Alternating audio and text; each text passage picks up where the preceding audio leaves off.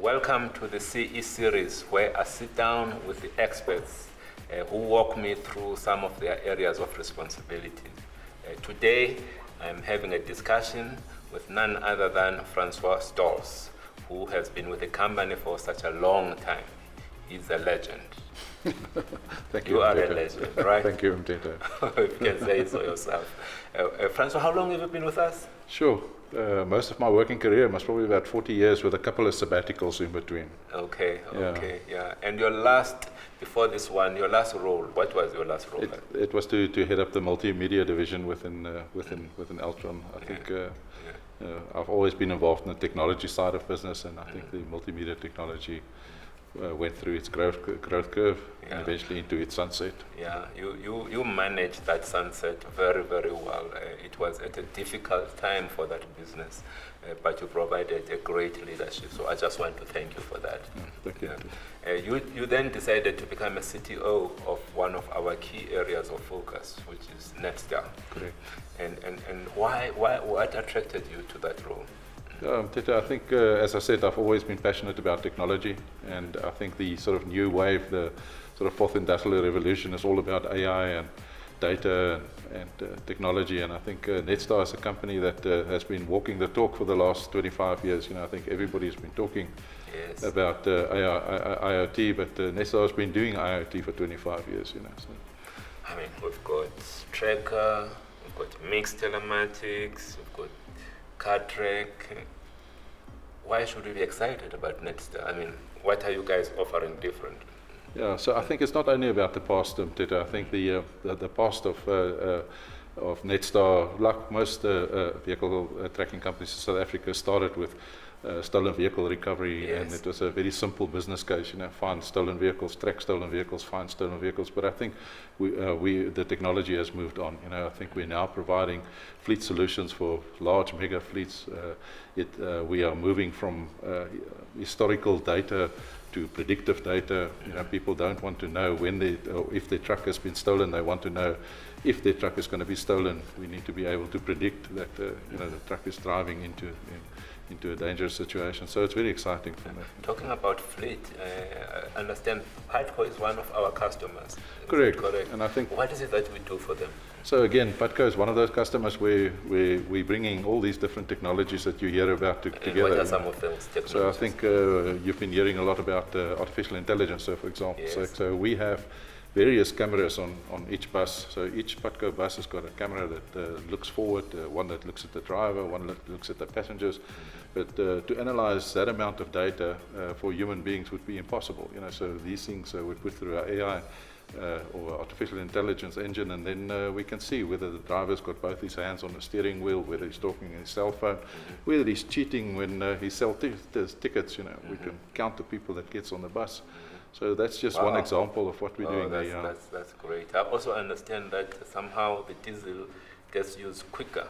Correct. And we're finding a way of making sure that it does not get shrinkage. Yeah, no, correct. And I think, Mteto, one of the things that's also exciting, we're becoming an expert in the sort of bus segment. We just recently got a big contract with Durban Ethekwini municipality, and we're managing their bus fleet as well, and we've developed a truly South African sort of fare management, bus routing management system for them that optimize the bus routes and so on. And we have rolled out the same at Patco. So what can I expect now? I'm your customer. Yes. I mean, so as many of us as Altron employees, we are customers of Netstar.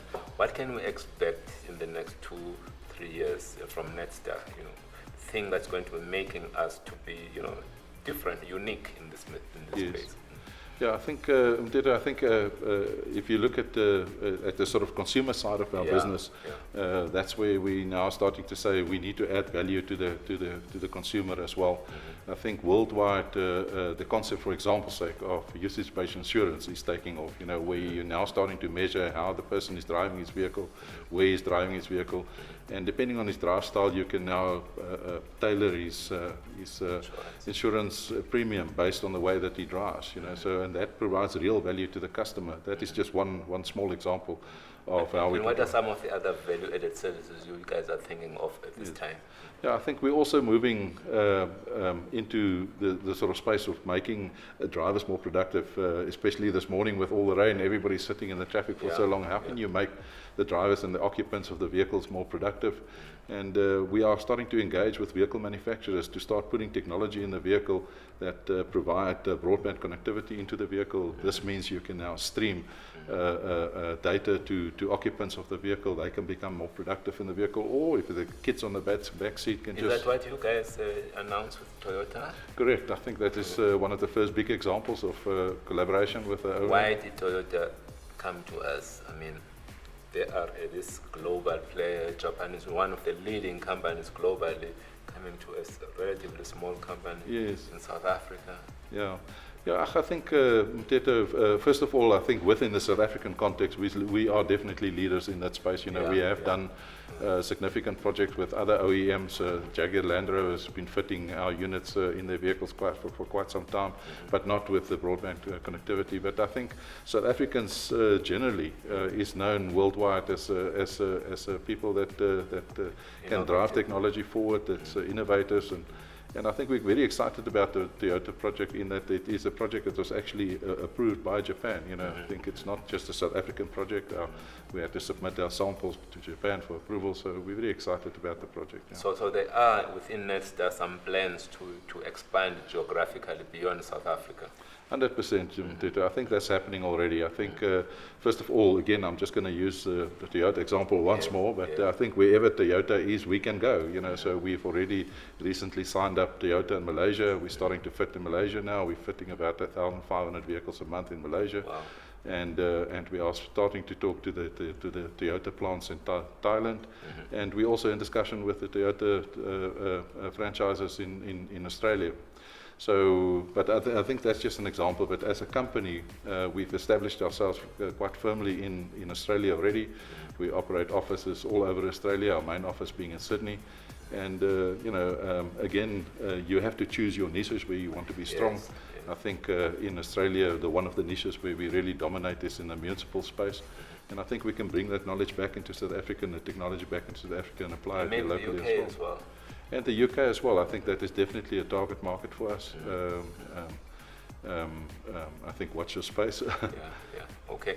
And looking now at let's just shift gears into the Internet of Things, because your platform is actually an IoT platform, is that correct? Correct. Yeah. And as I said at the beginning of the discussion, we've been doing IoT while everybody was talking about it. So I think the definition of IoT is machines talking to machines.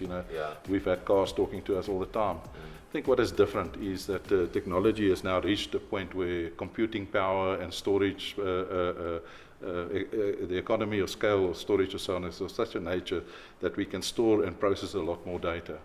And which means that we can put more sensors in the vehicle. In the past, it was a simple dot on a map, maybe from a GPS sensor. Now we can sense a whole bunch of things in the vehicle.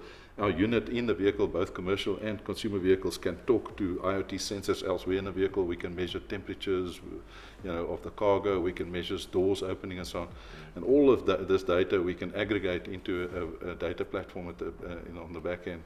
Okay, so the fact that you've got companies like Microsoft who decided to have a data center, local data center here, and Amazon, does it help with our value proposition or not? Does it help with the computing? Does it also help with reducing the cost of that computing? 100%, Mteto. I think first of all, we were faced with a decision some time ago whether we will just get onto a third-party big data platform like an Amazon or Azure Big Data, Microsoft Big Data platform. We decided to build our own big data platform, but using the same technologies and techniques that these big players are using. And that the big data platform is now running extremely well, but you still need to run it on an environment where it's infinitely scalable. Yes, and that's where Microsoft is helping us tremendously. We've just recently moved onto the Azure South African platform. We were one of the first big anchor customers on the Azure South African platform. And it is elastically scalable. So as our customer needs grow, we can grow within that environment cost effectively as well. And as the requirements may shrink in the middle of the month, we can shrink the amount of resources that we deploy as well. I understand that there are discussions right now with the Department of Health in KZN and in KwaZulu-Natal, where they're looking at expanding our relationship to managing the ambulances and things like that. Correct. And can you share any of that? Yeah, or no, not? 100%. Yeah, I think, as I also mentioned earlier on, we already have eThekwini Municipality as one of our customers. All of their vehicles, very close to 7,000 vehicles, and these include street sweepers, it includes the Metro Police, it includes graders, wow. all of their vehicles. But the one platform that we didn't have yet was the sort of medical side of it, and KZN Health manages that fleet. That's a fleet of about 4,500 vehicles, all the ambulances and all the emergency response vehicles, and we're hoping to bring that vehicles on before the end of this financial year as well. As a citizen of this country, the thing that continues to concern me is the quality of service that we get from organizations like the cities, the various metros. Do you think with this data that now we have about, for example, the city of eThekwini, we'll be able to help improve the service to us as citizens? Correct, I think it is very enlightening to see that these people are not deploying. This is very expensive technology. Yeah. It costs the city maybe tens of millions of rands to deploy the technology, and they're not doing that just for the sake of tracking vehicles. They're doing it for the sake of being able to offer a more effective service to customers, and that puts a lot of pressure on us to, with our sister companies, start doing data analytics or whatever that will provide technology that really matters to them. So you can pick up when the metropolis are maybe sitting somewhere under something for not just for 30 minutes, maybe for 4 hours. No, correct. Yeah, you can pick that up. No, 100%. Okay. But also on the other, so I think that is. I know you mentioned that jokingly, but we just recently ran their data through a data analytics, and it is quite amazing the amount of money that gets spent. For example, like vehicles just standing idling, and while a vehicle is idling, it runs into millions of rands. So if you can just educate drivers to switch off the vehicle when they're stationary, that can save millions of rands. Okay.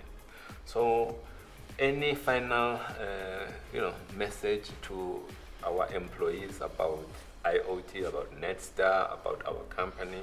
We would like to say a few words. Yeah, Mteto, I think the only thing is, I think Netstar sort of practically brings all of these technologies together. I think if you look at the verticals that Altron wants to play in data analytics, sort of security, big data, and AI, it brings it all together in a practical application. And so I think for me, the key message going forward is collaboration, not only at the customer level, but also at technology level. Fantastic. Thank you so much. You're welcome. We really appreciate your technology leadership and how you continue to guide us as we try to reposition our company within this very important space. So Thank you, appreciate that. Thank you so much. Thank you, Mteto. Yeah, Thank you.